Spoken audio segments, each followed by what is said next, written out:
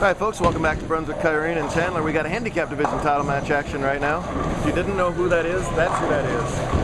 That's Blake Kalaf. He's come all the way from the number 5 seed. He's taking on top seed AJ Estes, who's that guy for the title. Right now we're starting in the 5th frame. Kalaf's got an open frame. He's got 41 pins to make up. He's made up 0 of them so far, but don't let that get him down. There's a Brooklyn strike. He knew I started the camera there, so he had to wait to strike until then. First strike of the game, 42 pins might seem like a prohibitive margin, but it's really not. AJ, your top seed today at plus 29. That should give you some indication of just how challenging the lanes were today. We bowled on the shark condition, and it was the great white of sharks. They played tough as heck all day long. AJ kind of doing the straight ball down the middle thing. He doesn't get the Brooklyn out. He's also working on an open frame right now. They both got 42 through 4. Blake now with that strike up in the 5th frame. AJ pretty good buds with Sandy Truman there. He's been cheering him along off to the sides. Blake looking for his first career title not at a bowling alley named Green Valley Lanes. He's got 2 wins, both down in Green Valley south of Tucson. As most of his other good performances happen to have been in Tucson over the years too. Started calling him Blake Tucson for a while. He's trying to wipe all of that out there. We'll have to rename him Blake Chandler and change all of his shirts again. Estes came in a 133 average today. He only had a high game today of 150, so it was really consistency what paid off for him. Said the high game was 150, the low game was 132, so really low range of scores there for him. That was good enough to hang on to the lead. He's got a 5-8 to shoot out here, and he's got it. When you're the one getting 40 pins, every mark is one less frame for Kalaf to stand up. Here is the most nervous man in the bowling alley. Are you nervous? No, me never. I sense nervous energy. Never energy. I've been walking like this the whole time. AJ getting some advice from Mr. Truman there. That's okay with us. He's still got to throw the ball. Mr. Truman did not tell him to do that. That shows you what the Lincoln Inches are like today. If you miss right of about the 9 board, the ball has absolutely no chance of hooking today. It just won't. The only way you could do is what Kyle was doing over in scratch, and that was a pretty unique thing over there. If the ball's going left to right at all, crossing anywhere around the second arrow, it won't recover. AJ, not a lot of hand rotation, so that definitely applies to him.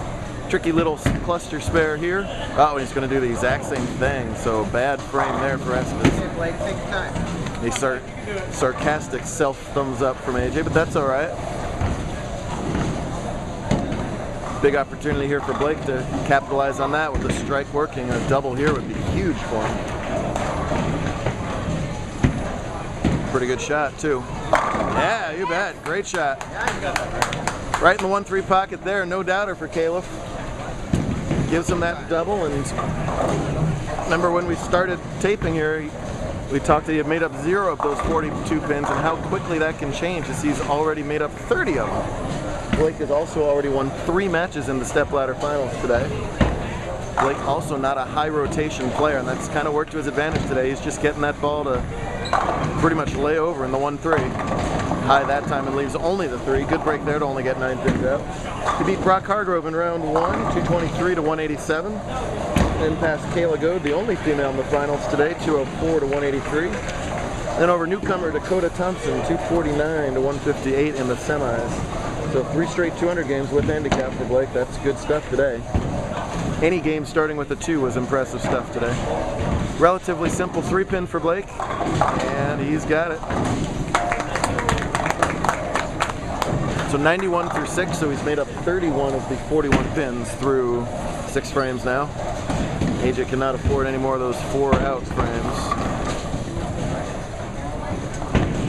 AJ's previous high finish on tour was a 10th place finish, so he's going to skyrocket past that into his career high finish no matter what, obviously.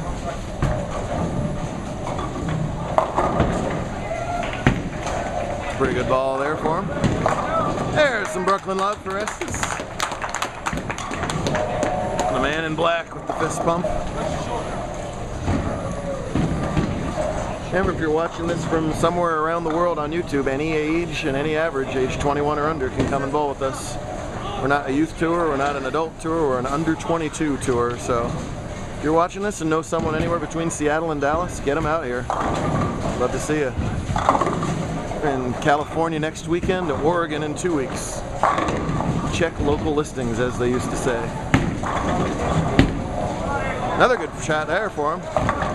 Oh no, real bad break there. Looked like that ball was going to fade back to the pocket. It doesn't, and the 6-7-10 stands up. Obviously a real difficult spare here. If he doesn't spare this, Kalaf can jump into the lead if he can stay clean in his 8th and 9th, which would delight these two people right here. That's all right. Well, let's see if AJ can make a run at it.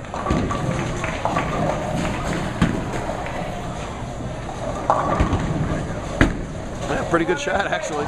Oh, look at this. Oh, wow. Once it hits that out of bounds, you just don't know if it's just going to skid right over to the corner of the 6. That was a pretty good effort there at the 6-7-10, but as the screen says, yes, you're open. It's been a while for Blake to be in the winner's circle. This is his best chance at it in quite a while. Gonna go Brooklyn. Oh, yeah.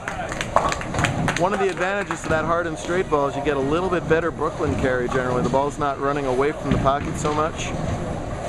Had just enough forward momentum to get the 5-9 to tilt out in the Brooklyn, and then consolidates that spare with the strike in the 8th. That double would make it really hard here for AJ to win if Blake can make it 2 in a row.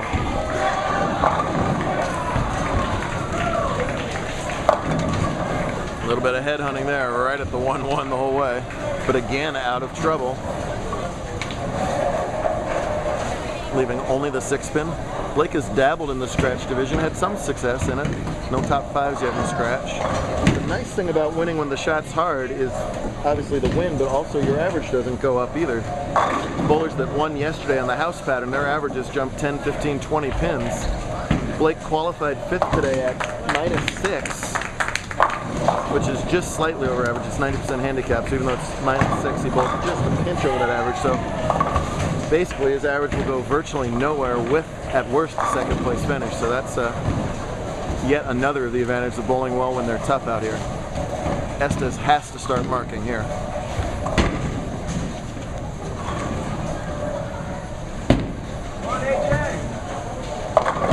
Oh my goodness. Both bowlers have been really high in the head pin the last 2 or 3 shots each, and it's been Kalaf who got the 9 counts, and AJ was not able to break up the splits as his 2nd consecutive ugly one staring him down there.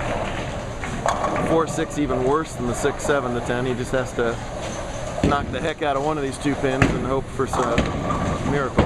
If he slips a $20 bill down on that thumb hole, the mechanic will take care of the other pin. Nope, failed to do that. Gets the 1. The best that AJ can do now is strike out for 127. Blake hypothetically would go 9 out for 159,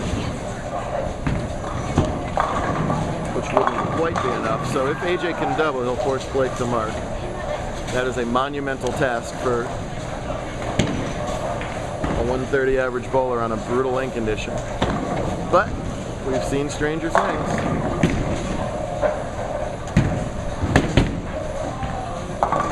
Well, he's walking away from it, and it's pitched out to the right again, 1-2-8 this time. Bowling title matches is totally different from any time else. The rest of the day you got people bowling to your left, bowling to your right, a whole lot of noise going on.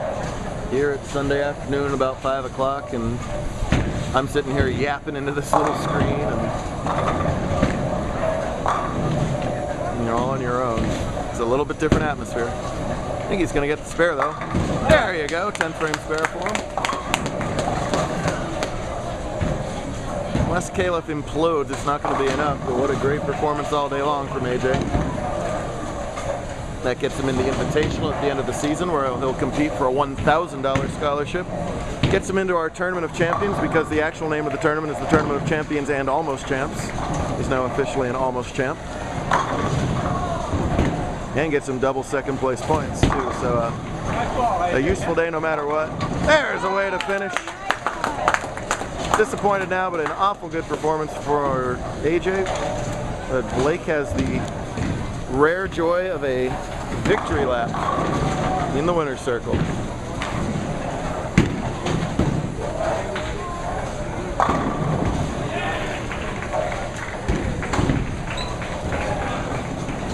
Yeah, what a way to finish there. Climbing the step ladder from 6th place, since we announced someone else's 5th today by accident. So that's really a 5-round ladder climb as far as I'm concerned. The big problem is now this bowling alley is going to have to change all their signs to Green Valley Lanes. Yeah. Which is just geographically confusing. It's Brunswick isn't going to like it. I mean, there's... Give them another one in the 10th frame. A 4-match steamroll by Kalaf as he'll be over his 4th consecutive opponent en route to his 3rd career JBT title. He'll enjoy the 3 or 4 mile drive home, go celebrate. Nice commute too for him. It all went right for Chandler's Blake Kalaf. Congratulations to him and AJ. We'll end up the awards and talk to you again real soon.